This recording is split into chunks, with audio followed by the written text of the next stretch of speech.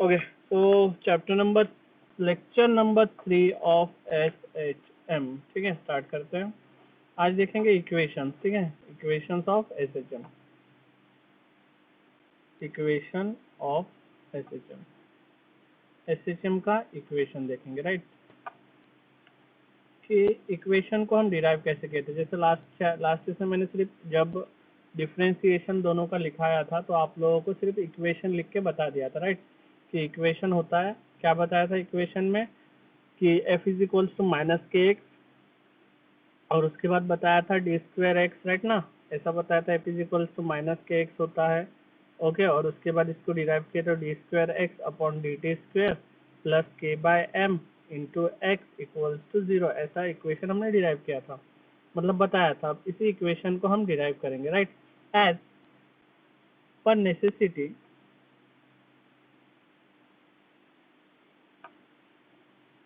and sufficient condition of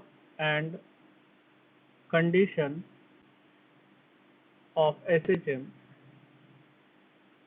we have f is directly proportional to x, that is minus x, right, where on removing this proportionality sign we get f is equals to minus k into x, okay, where what is k is equals to force constant. Spring में था तो ये spring में अगर होता तो spring force constant बोलते या स्प्रिंग कांस्टेंट बोलते, और यहाँ पे नॉमिनल हम इसको फोर्स कांस्टेंट कहेंगे, okay. Now as f is equals to m into A, therefore minus k into X हो जाता है, right. Where now we know that acceleration can be written as vv by dt and v can be written as dx by dt, right. Thus the equation becomes d square x upon dt square. Thus a is replaced by, right, a को replace कर रहे d square x upon dt का whole square, right, equals to minus k into x। अब minus के into x को भी इस side ले लो तो m D square x upon D T square क्या बनता है, प्लस के, राइट, प्लस के एक्स इक्वल्स टू 0। अब क्या करेंगे, डिवाइड बाय m करते हैं, राइट। मतलब के को इधर लेके m को इधर लेके जाके भी कर सकते थे, लेकिन यहाँ पे हम divide by m on both the side, m on both side. तो हमें क्या मिल रहा है, देखो यहाँ पे m कैंसिल हो जाएगा, d square x upon D T square plus of के by m into x equals to 0।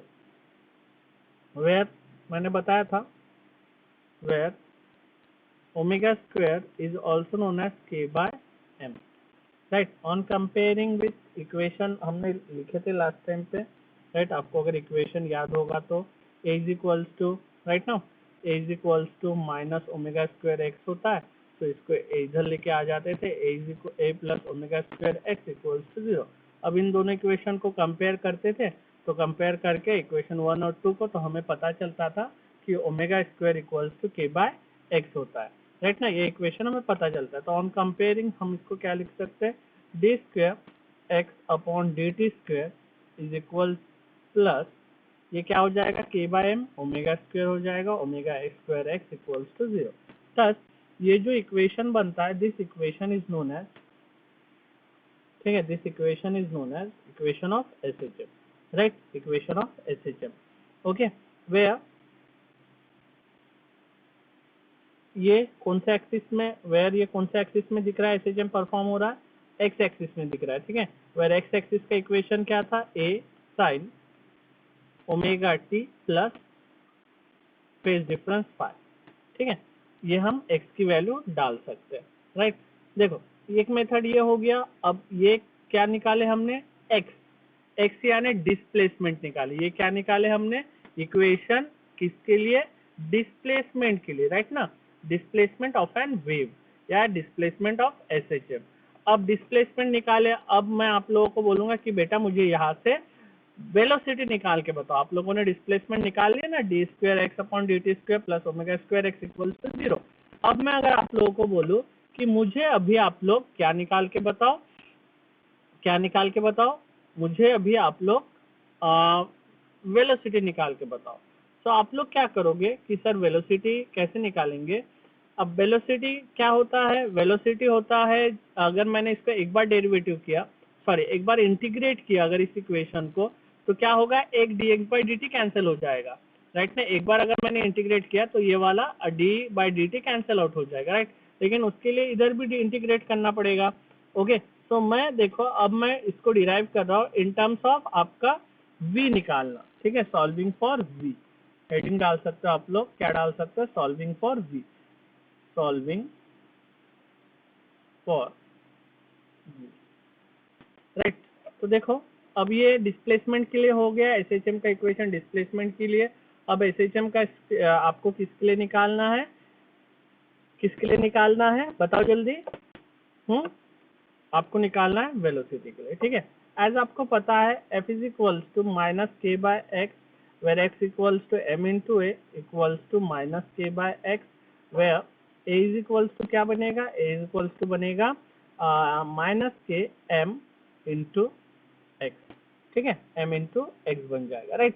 अब आप लोगों को पता है माइनस के बाय एम को हम क्या लिख सकते हैं, माइनस के बाय एम को, वेयर के बाय एम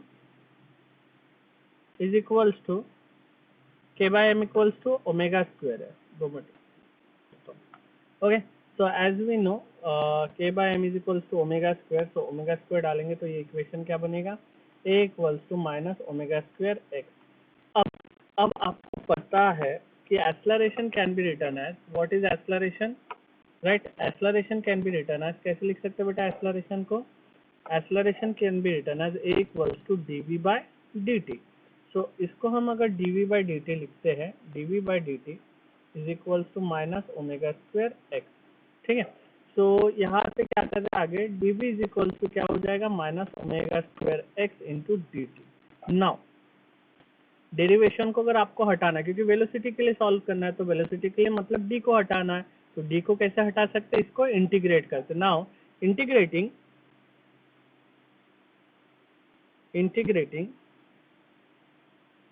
ठीक है, यहाँ पे इंटीग्रेट करेंगे किसको, v को इंटीग्रेट करेंगे, ठीक है। तो इसको इंटीग्रेटिंग करेंगे बोथ दी साइड, तो इसको करेंगे dv फ्रॉम 0 टू v, यानी उसका वेलोसिटी जो रहेगा वेव का 0 से स्टार्ट होगा, राइट ना, 0 से स्टार्ट होगा और हाईएस्ट के यहाँ तक जाएगा, हाईएस्ट जाएगा उसका v तक, राइट ना। यहाँ पे अगर मैंने वेलोसिटी बनाया तो ये तो एम्पलीट्यूड होगा और ये डिस्प्लेसमेंट होगा, ठीक है ना, ये x का होगा। ओके, तो हाईएस्ट यहाँ से जाएगा 0 से v तक जाएगा, ओके। तो दैट इज इक्वल्स टू, और यहाँ पे अगर इंटीग्रेट करूंगा तो यहाँ पे किसके साथ इंटीग्रेट होगा, यहाँ पे किसके साथ इंटीग्रेट होगा बताओ, यहाँ पे इंटीग्रेट आपको करना है। अब आपको यहाँ पे x और dt है, राइट। अब dt को आपको चेंज करना है, dt को आपको चेंज करना है, ओके। अब जब आप लोग इसको इंटीग्रेट करोगे ये dt, लेकिन आपको यहाँ पे x का इंटीग्रेट करना है, राइट। तो यहाँ पे आप लोग, यहीं पे आप लोग क्या कर सकते हो, इसको आगे चेन रूल लगा सकते हो। कैसे, dv by dt can be written as, right ना, dv by dt can be written as, क्या लिख सकते हैं, dv by dx into dx by dt is equals to minus omega square X. अब इसको आगे अगर हम सॉल्व करेंगे, इसको आगे जब हम सॉल्व करेंगे तो क्या बनेगा बेटा बताओ, ये बनेगा dv by dx, तो कुछ नहीं बनता है बट dx by dt बनता है, क्या हमारा यहाँ पे क्या बनता है, दिस इज ओवर v, तो यहाँ पे बनेगा v इंटू डी, राइट ना, v ये v dv, और ये x को हम इधर लेके, समझ में आ गया, ये बन गया, ये वाला पूरा टर्म बन गया v, और ये dx by dv, तो ये v into dv is equals to minus omega square X. अब इसको इंटीग्रेट करो, नाउ इंटीग्रेट करो, इसको dv को इंटीग्रेट करोगे, v dv को इंटीग्रेट करोगे फ्रॉम 0 टू v, और इसको इंटीग्रेट करोगे फ्रॉम a टू x, मतलब a टू x मतलब एम्पलीट्यूड, राइट ना, amplitude to x, amplitude to x मतलब मैक्सिमम डिस्प्लेसमेंट, राइट ना, मैक्सिमम डिस्प्लेसमेंट, ओके, जो कि उसका एम्पलीट्यूड रहेगा, दैट इज इक्वल्स टू, ठीक है, minus omega square x D x. अब ओमेगा स्क्वायर बाहर निकल जाएगा, वी डी वी क्या बनता है, ये बनता है V square v square by 2 into 0 to 4 that is equals to minus omega square बाहर निकल जाएगा, x का फिर से निकलेगा क्या, X square by 2 from a to x, from a to x हो जाएगा। ओके, अब इसको आप लोग upper limit minus lower limit लगा तो अपर लिमिट तो ये हो जाएगा, लोअर लिमिट तो 0 हो जाएगा। चलो मिल गया, minus omega sorry equals to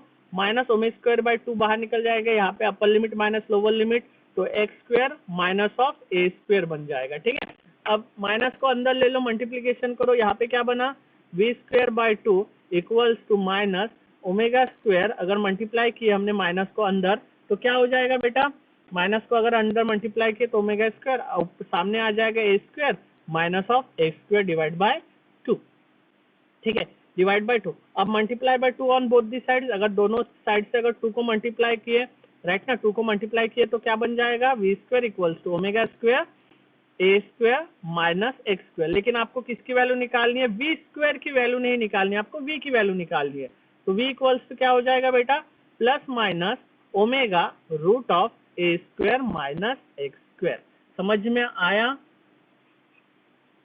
where v is equals to plus minus omega root of A square minus x square. Where हमें पता है, इसको और भी अगर एलाबरेट करना है तो कर सकते, v can be written as dx by dt is equals to plus minus omega root of A square minus x square होता है। अब फर्दर अगर इसको फिर से इंटीग्रेट करें, इसको अगर फिर से ऑन इंटीग्रेटिंग, क्योंकि इसमें से आप लोगों को किसको हटाना है, डी बाई डी एक्स को हटाना है। अगर फिर से इसको इंटीग्रेट करोगे तो मैं आपको लोगों को अभी तक बोल रहा था कि ये फॉर्मूला कहाँ से आया, ये फॉर्मूला कहाँ से आया, राइट, ये देखो, ये फॉर्मूला मैं यहाँ से भी निकाल सकता हूँ ऑन इंटीग्रेटिंग। इसको अगर इंटीग्रेटिंग करोगे तो dx by dt, इसको इंटीग्रेट करोगे तो x, ठीक है, इसको अगर ये पूरा एक आपका ये होता है, क्या बोलते हैं उसको, इंटीग्रेटिंग टर्म होता है, ये पूरा आपका इंटीग्रेटिंग टर्म होता है। ओके, तो इसको अगर पूरा को सॉल्व करोगे तो ये बनेगा a sin ओमेगा t प्लस फाइव, राइट, ये पूरा integrating term, where at t is equals to 0, अगर t आप लोगों को 0 पकड़े तो a की वैल्यू निकलता है a sin फाइव।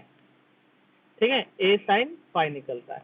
ठीक है, सो जब आप लोगों का टाइम मतलब जब आपका कोई भी ऑब्जेक्ट यहाँ पे रहेगा, राइट ना, time t is equals to 0 पे रहेगा, तो अलोंग x एक्सिस में SHM क्या लिख लेगा, x एक्सिस में SHM a sin phi, right, phi is the phase difference. आगे आप लोगों को समझ में आएगा कि फेज डिफरेंस क्या होता है। ओके, चलो ओके, आगे नेक्स्ट है बेटा कंपोनेंट्स ऑफ SHM, कि डिफरेंट जो कंपोनेंट्स है वो कंपोनेंट्स क्या है, कंपोनेंट्स ऑफ SHM, कि SHM में क्या क्या कंपोनेंट है। जैसे आपके साउंड वेव में जो कंपोनेंट है, SHM में भी वही कंपोनेंट है।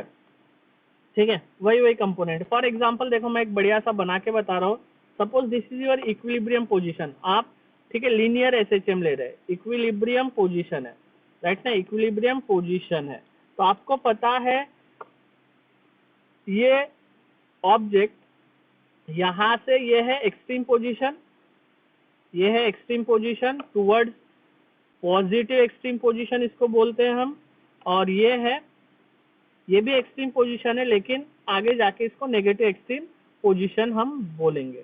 ओके, तो ऑब्जेक्ट क्या करेगा, ऑब्जेक्ट को जब टू एंड फ्रो करना है तो ऑब्जेक्ट यहाँ से जाएगा पॉजिटिव एक्सट्रीम में, फिर आएगा, फिर इक्विलिब्रियम में आएगा, फिर इक्विलिब्रियम में आके क्या करेगा, अगर मैंने इसको ही सपोर्ट बना दिया, लो ना, ठीक है, यहाँ से गया, शुरू हुआ, जैसे इधर गया पॉजिटिव एक्सट्रीम गया, फिर इक्विलिब्रियम आया, फिर नेगेटिव एक्सट्रीम आया, और फिर ये इक्विलिब्रियम में आ गया। मतलब अब इसने क्या किया, टोटल एक क्या किया, वेव को कंप्लीट किया, राइट ना। देखो कैसे वेव को कंप्लीट किया, दिस इज और इक्विलिब्रियम, ये गया, ये आपका पॉजिटिव एक्सट्रीम और ये आपका नेगेटिव एक्सट्रीम, तो ये गया पॉजिटिव एक्सट्रीम, राइट ना, ये यहाँ से गया, देखो ये पॉजिटिव एक्सट्रीम, ओके, ये पॉजिटिव एक्सट्रीम गया, ये यहाँ से यहाँ तक, ये देखो ये यहाँ से यहाँ तक पॉजिटिव एक्सट्रीम गया, अब ये फिर से वापस आया कहाँ पे, इक्विलिब्रियम में, ये फिर से आया इक्विलिब्रियम में वापस। अब ये क्या किया, अब यहाँ से गया ये नेगेटिव एक्सट्रीम में, राइट ना, ये गया ये नेगेटिव एक्सट्रीम में, और फिर ये नेगेटिव एक्सट्रीम से ये आया फिर से इक्विलिब्रियम में वापस, अब ये आया फिर से इक्विलिब्रियम में वापस। इस तरह से आपका पूरा एक SHM कंप्लीट होता है। तो एसएचएम में जो डिफरेंट डिफरेंट कंपोनेंट्स है क्या क्या है, सबसे पहले डिस्प्लेसमेंट, ठीक है, सबसे पहले डिस्प्लेसमेंट, अभी तक जो x equals to a sine omega T plus phi बता रहा था, दैट इज अवर डिस्प्लेसमेंट। तो डिस्प्लेसमेंट को अगर डिफाइन करना है तो आप लोग कैसे करोगे बेटा, it is defined as the distance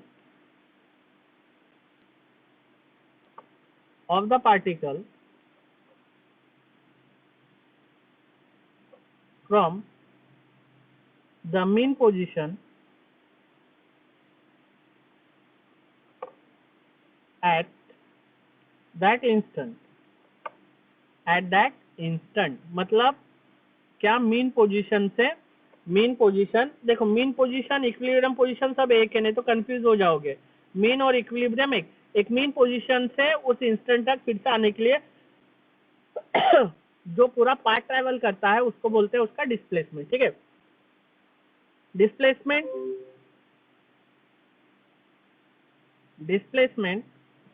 in SHM at time T, मतलब टी इज इक्वल्स टू 0 नहीं है, एट टाइम टी पे डिस्प्लेसमेंट क्या देंगे, X equals to A sine omega T plus phi का हम डिस्प्लेसमेंट देंगे, ठीक है। नेक्स्ट है बी एम्पलीट्यूड। एम्पलीट्यूड क्या होता है, एम्पलीट्यूड जैसे आप लोगों ने यहाँ से यहाँ तक देखे हो, यहाँ से जो मैक्सिमम मतलब एक्सट्रीम पोजीशन तक का जो डिस्टेंस है, यहाँ से ये एक्सट्रीम पोजीशन का जो डिस्टेंस है वो हो जाएगा उसका amplitude. So amplitude it is the maximum, it is the maximum value of displacement, it is the maximum value of displacement of a particle from its equilibrium position, equilibrium बोलो mean बोलो एक ही बात है। तो वहां से जो मैक्सिमम होता है वो होता है उसका amplitude, right.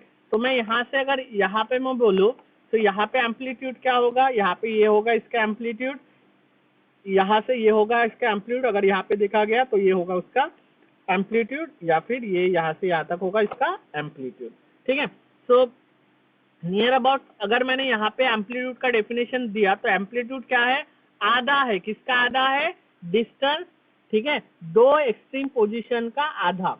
Amplitude is equals to amplitude is equals to distance between extreme points बोलो, पोजीशन बोलो, ठीक है, का आधा, ठीक है, एक्सट्रीम पॉइंट्स का आधा, यानी उसका क्या हो गया बेटा, एम्पलीट्यूड होगा, ठीक है। अब एम्पलीट्यूड किसके ऊपर डिपेंड रहेगा, it depends on the energy of a system, system में जितना ज्यादा एनर्जी है वो ऑब्जेक्ट उतना ज्यादा ऊपर उछलेगा, ठीक है। नेक्स्ट है थर्ड कंपोनेंट है एंगुलर फ्रीक्वेंसी, जो अभी तक ओमेगा ओमेगा बोलता आया हूं, एंगुलर फ्रीक्वेंसी, ठीक है। एंगुलर फ्रीक्वेंसी यानी ओमेगा इक्वल्स टू क्या है, 2 पाई बाय टी, यानी एक पूरा सर्कुलर लगाने के लिए उसको जितना समय लगेगा वो होगा उसका एंगुलर फ्रीक्वेंसी, राइट ना। जैसे एक पूरा टर्म लगाने के लिए, राइट ना, एक पूरा घूम के आने के लिए जो उसको समय लगता है, राइट। सो 2 पाई बाय टी या फिर 2 pi bye F, and it's units, उसका यूनिट्स क्या हो जाएगा, रेडियन पर सेकंड का उसका हो जाएगा। उसके बाद आता है बेटा फ्रीक्वेंसी यानी एक सेकंड में वो कितना साइकिल कंप्लीट करेगा, उसको बोला जाता है उसका फ्रीक्वेंसी, ठीक है। तो frequency the number of oscillation completed in 1 second, the number of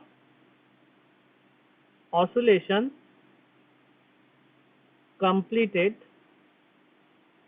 in 1 second.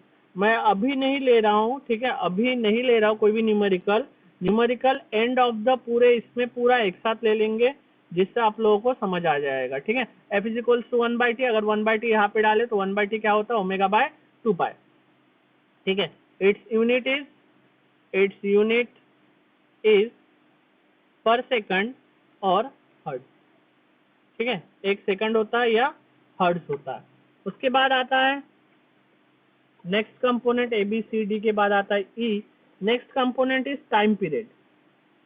एक पूरा साइकिल कंप्लीट करने के लिए जितना टाइम लगता है उसको कहा जाता है उसका टाइम पीरियड, ठीक है। The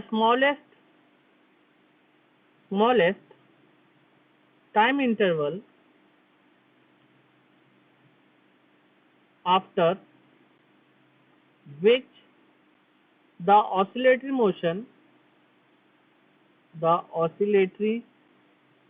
motion gets repeated.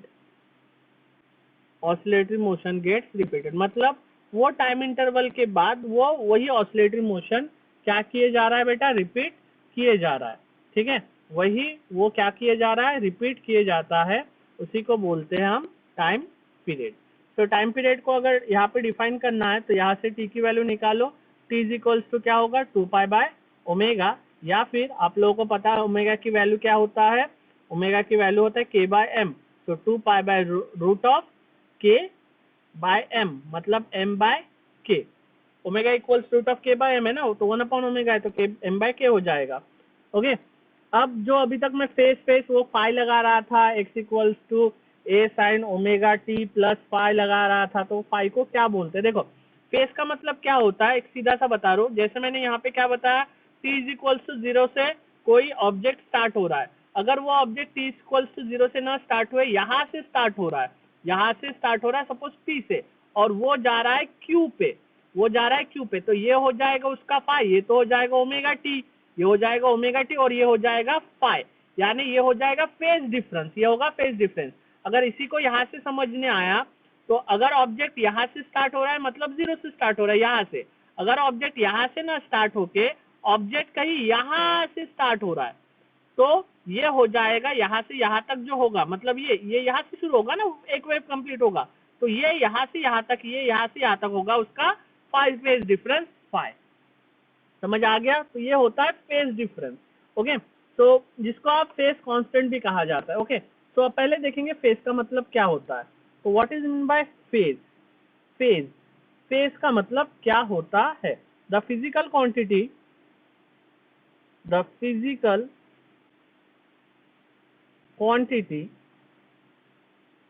which represents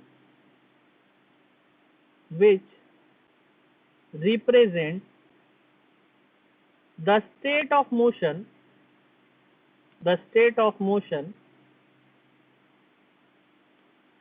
of a particle। State of motion यानी एक पर्टिकुलर इंस्टेंट पे, एक पर्टिकुलर इंस्टेंट में उसका क्या पोजीशन है, उसको बोला जाता है उसका फेज, ठीक है। Argument ARG, argument of sine function, argument of sine function maths वालों को पता है, ARG साइन लिखते हैं, इज कॉल्ड फेज, ठीक है। मैथ्स वालों को पता है, ये आप लोगों को याद रखने की जरूरत नहीं है, ठीक है, उसको कहा जाता है फेज। समझ में आया क्या ये फेज डिफरेंस। अभी हम फेज डिफरेंस देंगे, देखना फिर ये आप लोगों को समझ में आ जाएगा जो यहाँ पे समझाया। EF के बाद आता है जी में आता है, देखो इसको फेज डिफरेंस भी कहा जाता है या फेज कांस्टेंट भी कहा जाता है, राइट। फेज कांस्टेंट फाई या फेज डिफरेंस भी कहा जाता है, अलग अलग बुक में अलग अलग चीज दिया गया है। Suppose the constant phi in equation of SHM is called phase constant, इसको हम क्या बोलेंगे, फेज कांस्टेंट बोलेंगे, ठीक है। और इनिशियल फेज, और इसको बोलेंगे initial phase, which depends on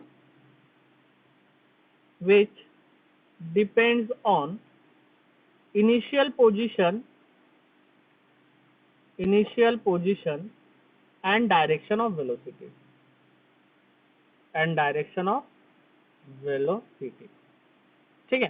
तो ठीक है, अभी देखो मैंने अभी आप लोगों को क्या बताया, जैसे for example time t is equals to 0 से स्टार्ट नहीं हो रहा है, सपोज वो ऑब्जेक्ट p से स्टार्ट हो रहा, तो हमको पता है कि हमारा पोजीशन क्या होता है, इक्विलिब्रियम पोजीशन से स्टार्ट होना चाहिए, बट वो ऑब्जेक्ट इक्विलिब्रियम से नहीं, कहीं से यहाँ से स्टार्ट हो रहा है, यहाँ से स्टार्ट होके फिर यहाँ से स्टार्ट होके वो जा रहा है फिर एक्सट्रीम में, फिर जा रहा है इधर के एक्सट्रीम में, फिर इधर आ रहा है, ठीक है। लेकिन वो जब तक इधर नहीं आएगा तो उसका एक पूरा साइकिल कंप्लीट नहीं होगा।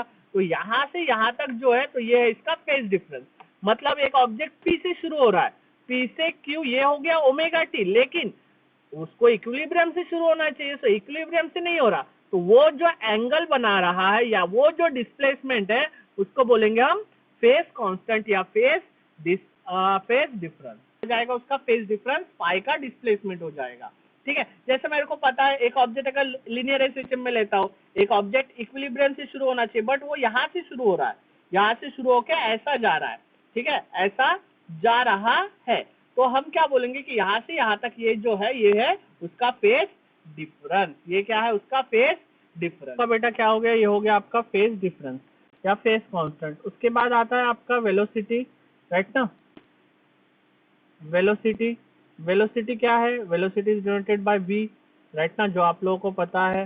तो what is velocity, it is nothing but the rate of change of displacement, the rate of change of displacement, ठीक है, the rate of change of displacement, ठीक है। तो क्या हो जाएगा, x equals to a sine omega T plus phi, अगर उसके पास फेज डिफरेंस है तो, अगर time t is equals to 0 है तो फेज 0 हो जाएगा, ठीक है। So v is equals to क्या हो जाएगा, dx बाई dt हो जाएगा, that is equals to d upon dt of a sine omega T plus phi होता है, ओके, प्लस फाई हो जाएगा। अब इसको अगर आगे सॉल्व करोगे तो आप लोगों को क्या मिलेगा, v is equals to a omega cos omega T plus phi, where cos omega T plus phi, ठीक है, ये बन जाएगा आप लोगों का, ठीक है। या फिर आप लोग ये वाला भी velocity in terms of cos में लिख सकते हो, या फिर मैंने अभी बताया आप लोगों को थोड़ी देर पहले, v is equals to omega root of A square minus x square, plus minus लगा लेना सामने, ठीक है। ये लगाओ या फिर ये लगाओ, दो में से कोई भी लगाओ,